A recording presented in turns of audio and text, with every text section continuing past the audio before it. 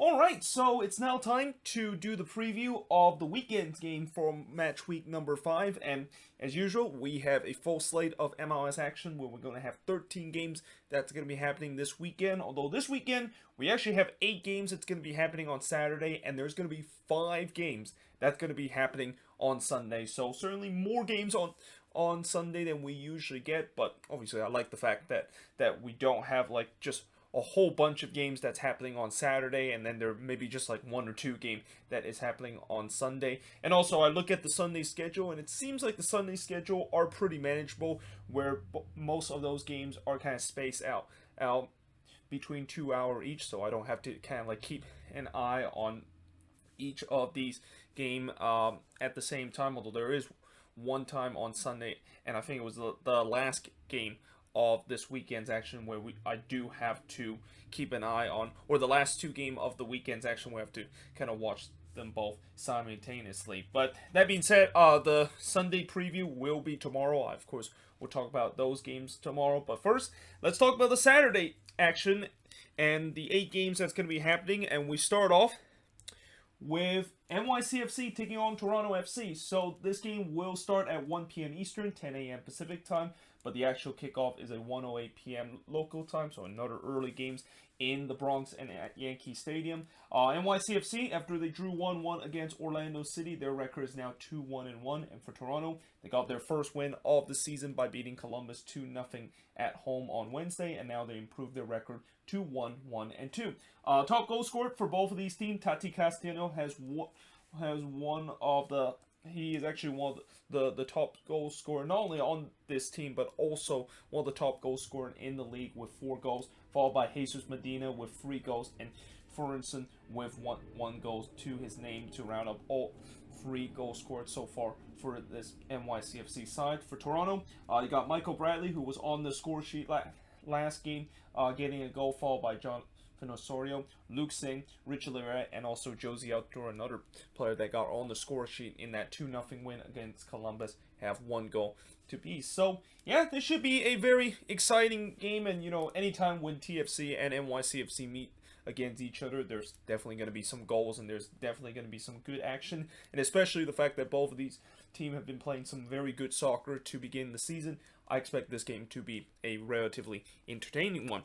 But that being said, let us move on into the next game, which is the LA Galaxy versus Austin FC. And speaking of a game that I'm definitely excited to watch, this is also one of those games because, the Galaxy, we know that they are also one of the hottest teams in the league to start the season with a record of 3-0-1 after they won 2-1 against LAFC in that El Tráfico, and you know that they're going to be pumped up after that game and hope to carry that momentum into this one against the expansion side, Austin FC, who, despite the fact that they did let the last game slip away from them and lose 2-1 against SKC, their record is still at 2-0-2. This game will start at 3:30 p.m. Eastern, 12:30 p.m. Pacific, but the actual kickoff time is 12:50 p.m. local time, which you know what that means. It's going to be on Twitter. I mean, honestly, as much as I am looking forward to this game, the fact that it's on Twitter is going to make me kind of feel a little bit disappointing. But, nowadays, in terms of watching Twitter stream, I usually don't listen to the commentary anymore. I just kind of put it on mute and just kind of watch it from there. But I think since this is like the only game that is going to happen, it does sometimes kind of feel awkward that when there's only like one game happening and I basically just kind of put the game on mute. So most likely I think in this game I'll probably listen to the audio, but I have a feeling there's going to be a lot of time they're going to be mentioning Chicharito. I mean, if there's one thing Twitter stream, and especially 2DN stream always happen, they always tends to really show their bias toward Mexican player, and I know for a fact with Chicharito, who is literally their poster boy besides Carlos Vela, I have a feeling they're going to mention Chicharito a lot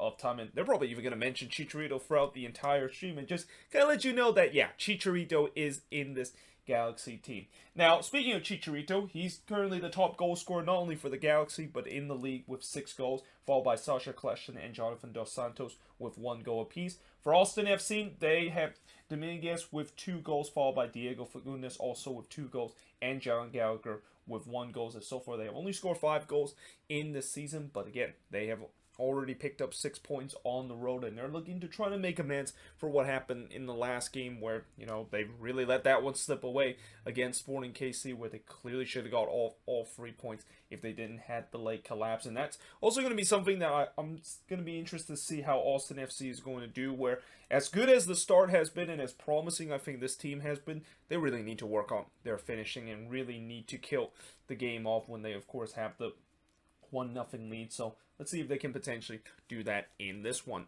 But now moving on, in terms of the next match, is going to be the beginning of the 6-game nightcap action that's going to be happening on Saturday, which will begin with Atlanta taking on Montreal. Atlanta currently has a 1-2-1 record, while Montreal has a 2-2-1 record, as this game will start at 7 p.m. Eastern, 4 p.m. Pacific, and the actual kickoff will not start until 7:08 p.m. local time.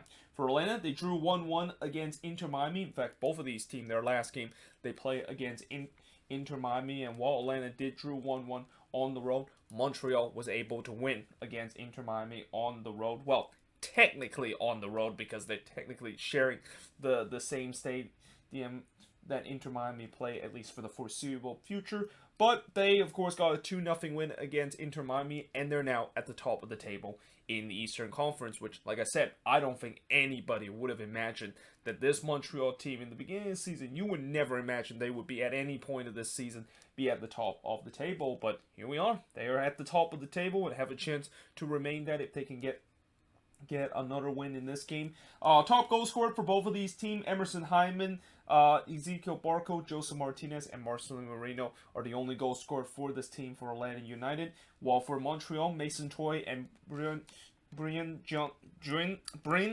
I always cannot pronounce his first name. I'm just gonna say Johnson. He scored 2 goals alongside with Mason Toys, and then the other goals scored are Brogiat, Kyoto, and Mihajlovic, who I actually forgot to put that he also have scored 1 goal so far for this season. But yeah, you know, Montreal, again, they're off to an incredible start, and let's see if they can potentially get a win in this game, which is not going to be easy, because, you know, any time when teams have to go to Atlanta, it's not an easy place to get points. Although in this past year, and at least, you know, this Atlanta team is still not really up to the level where I expect them to start to look like a team that could really not only be a playoff contender, but maybe even an MLS Cup contender in the Eastern Conference. But you can start to see that this team has started to get going a little bit, and the chemistry started to get going with this team. And not to mention the fact that Joseph Martinez finally getting his first goal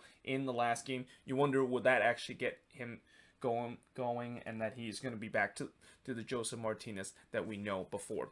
But moving on, in terms of the last match on this board, before I'm going to switch the boards and look at the last 4 games, is the Union versus the Redbulls. So the Union, well, this season they have been struggling at home. They're still searching for their first home win this season after they drew 1-1 against New England, although they kind of controversially drew 1-1 in that game, and you could say that they probably are lucky that they didn't lose for the 3rd straight time at home, because, you know, there was that controversial moment where Shibelko clearly made contact on Turner, but apparently they decide not to reverse that call in VAR, and Philly probably got gifted by some referee decision in that game against the Revs. But still, they're still searching for their first home win this season, as their record is now 1-2-2. Well, for the Redbulls, you know, the last 2 games, they definitely played much better compared to the first 2 games that they have played. And not unsurprisingly, they have won back-to-back game to do so, and their record is now 2-0-2. This game will start at 7:30 p.m. Eastern, 4:30 p.m. Pacific, but the actual kickoff time will not start until 7:38 p.m. local time. Top goal scored for the Union. They only scored 4 goals so far this season, and those 4 goals scored are Corey Burke, Jacob Lesnes, Jameer Montero, and Casper Shabilko. For the Redbulls, Caden Clark currently leads the chart, and he actually has 3 goals. I actually don't know why I wrote he only had 1 goal so far this season, but he currently has 3 goals so far this year, followed by Castros Jr., who has 2 goals, and then Frankie Maya and Andrew Gutman rounds up the top goal scorer chart for the Redbulls with 1 goal apiece. So yeah, you know, for the Union, you know, it has been a bit of a slow start for them, but you know, this is not surprising because most MLS team that is in CCL, they tends to have a bit of an ugly record to start the season. But what's kind of alarming for them is the fact that they have played 3 home games so far this season, and they have a record of 0-1-2, considering the home form was what made this team very good last year, and that's going to be something that they got to figure it out, because you know, on the road, I don't think they're a bad road team, but they're not like a road team that pretty much like win every single game, and that will basically cover for their poor home form that they of course would have. In fact, rarely any team are able to have a poor home record, and they can basically don't have to use that because they know that they are done much better on the road, because again, in MLS, home teams tends to do much better when they're playing at home compared to them playing on the road. So they really need to get their home form going after struggling in the first 3 games. But for the Redbulls, they're looking to try to get 3 straight wins. And again, they've definitely been playing much better in their last couple of games, although this is going to be their biggest test, because they are going to be playing against a Union side. They're looking to trying to get things together and potentially get their second win in this game. But that being said, I am now going to switch boards and look at the last 4 games that's going to be happening on Saturday. So moving on, we got Minnesota taking on FC Dallas, and after the Loons finally got their first win of the season against the Vancouver Whitecaps at home, and that improved their record to 1-0-4. They're now going to be playing against Dallas in this game, and for Dallas, they also are kind of in a bit of a struggle to begin the season after they drew 1-1 against the Houston Dynamo in the Texas Derby. Their record is now at 1-2-1. Now this game will start at 8 p.m. Eastern, 5 p.m. Pacific. The actual kickoff will be 7:08 p.m. local time. For Minnesota, there's currently have only been 4 goals that they've scored this season, and those 4 goals scored are Robin Led, Emmanuel Reynoso, Roman Abila, and also Hassani Dotson. For Dallas, you got Franco Jara currently has 2 goals, followed by Ricarte with 1 goal. Then you got Dante Sealy, Ricardo Pepi, and Brisson rounds up that list with 1 goal apiece. And you know, for Minnesota, this is a big opportunity for this team to get their second win of the season, because as I said, they're playing against a Dallas team that is struggling coming out of the gate. And you know, I'm just going to also kind of say what I said last time in the review, where you know, I'm hoping them finally getting that first win and finally get that monkey off the back, that this team can maybe have some confidence to maybe pick up another 3 points in this game, because you know, despite the fact that they did get their first win of the season, they're still at the bottom of the Western Conference. But at least the good thing is that we don't have to worry about when exactly this team is going to get their first win, and now we just need to focus the fact that hopefully this team is start to live up to their potential and start to get a little bit of a winning streak going, to climb back where we expected this Minnesota team to be, which is near the top part of the table.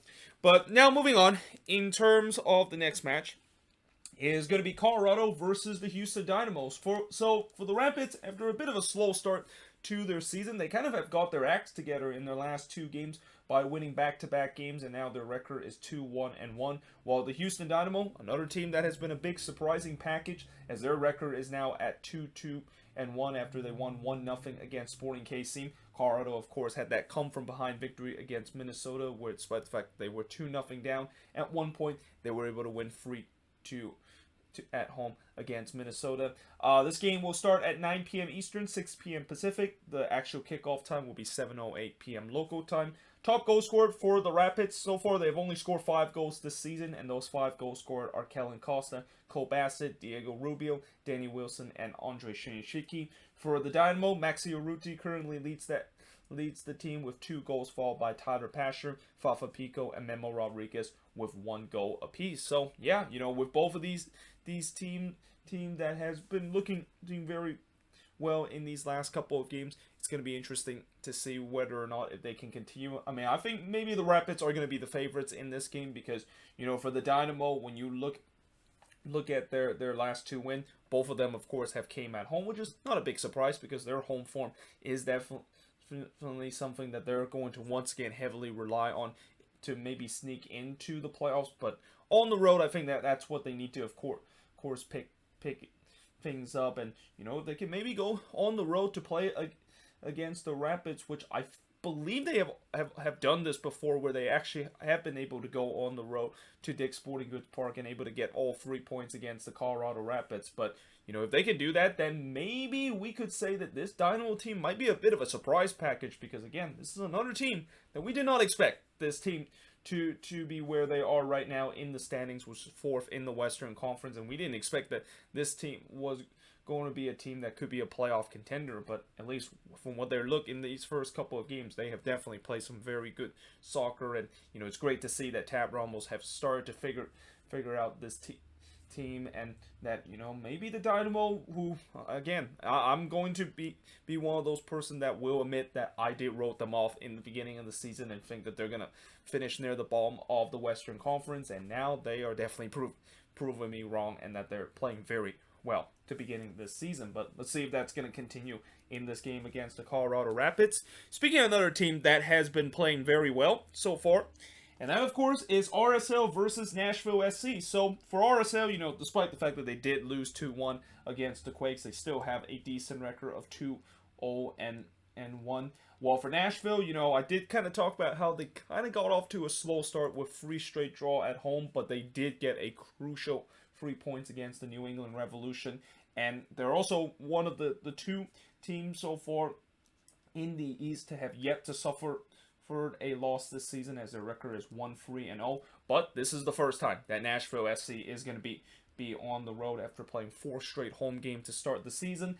This game will start at 9:30 p.m. Eastern, 6:30 p.m. Pacific, and the actual kickoff will be 7:38 p.m. local time. I think this is also the only game this week that is kind of a cross-conference kind of game, although I could be mistaken, because I'm going to also have to look at the Sunday game, as I think there are maybe one Sunday game where it's going to be kind of a cross-conference kind of game, where there's going to be a Western Conference team play against an Eastern Conference team. And the reason why I kind of want to mention this is that since this season, we see every single team only play against 2 teams that is not from their conference. It is very rare that you see these kind of cross-conference matchup compared to previous year. But going back to this, in terms of the top goal scorer for both of these teams, for RSL, you got Rubio Rubin, who has just been one of the biggest surprising package so far this season, with 3 goals apiece, which include that incredible bicycle kick that he scored against the Quakes. And it feels like people are still not stop talking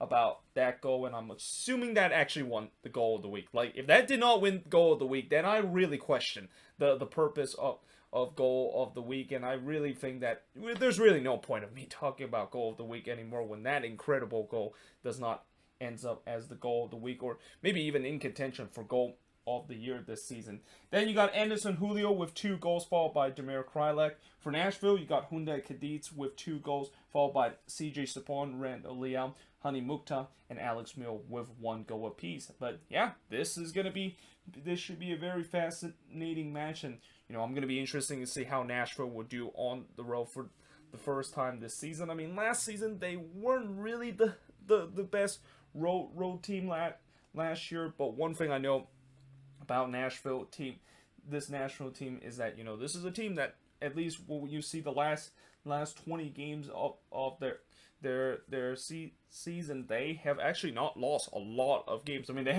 they drew a lot of games during that 20-game stretch, but they have been becoming one of the teams that is very hard to beat, and it's understandable why they are a team that is hard to beat, because when you're a team that is as compact and as a team that doesn't leak a lot of goal as this Nashville team has, it's unsurprising that they would not lose a lot of these games. But we shall see whether or not if that's going to continue as they go on the road against RSL. But finally, the last game on this board, in the last game of this Saturday action, is going to be the San Jose Earthquakes versus the Portland Timbers, and unfortunately I will not be able to attend this game because, once again, this is one of those situations where the Quakes only sell tickets for pots of 2 to 4 people, and they don't actually sell like single ticket for a pot of 1 person that go to watch this game. So because of the fact that I don't want to pay double the amount to go to this game, that's why I decided to not attend this one. But, you know, for the Quakes, after they did suffer a loss against the Seattle Sounders, which, by the way, both of these teams actually are coming off with a loss against the Sounders. The Quakes, of course, lost to the Sounders during the middle of the week as they lost 1-0 at home, while the Timbers also lost to the Sounders at home, but they lost 2-0 to them at home during the weekend's Cascadia Derby matchup. This game will start at 10 p.m. Eastern, 7 p.m. Pacific, but the actual kickoff time will not start until 7:08 p.m. local time.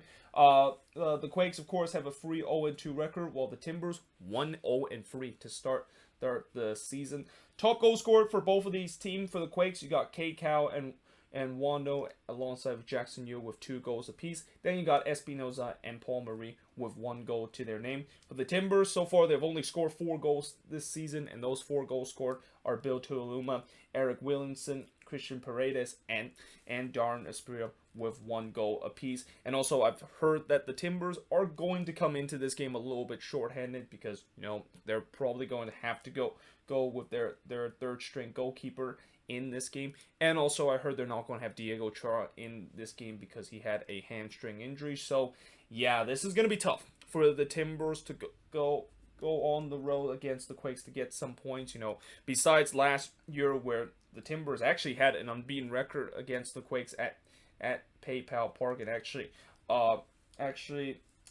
put the biggest loss that the Quakes have ever had at home last season by winning 6-1 against them. Timbers tends to never have a good record when they, of course, play against the Quakes at PayPal Park. Now, obviously, that's opposite when it happens at Providence Park, where if the Quakes play against the Timbers at Providence Park, then, you know, I've always talked about how that's an automatic loss for the Quakes because they never tend to beat them on the road. So what I'm trying to say is it seems like the home team in this fixture seems to have the upper edge. And again, you know, with the Timbers being shorthanded like this, I expect the Quakes should be able to bounce back in this game. And, you know, I even said during that 1-0 loss against the Sounders, I didn't think the Quakes play badly in that game. You know, in some way they were very unlucky to not get a point out of this game because they did create some good chances against the Sounders. But, you know, now if they want to continue this good run that they had in this beginning of the season, they need to, of course, get all 3 points against this Timbers side that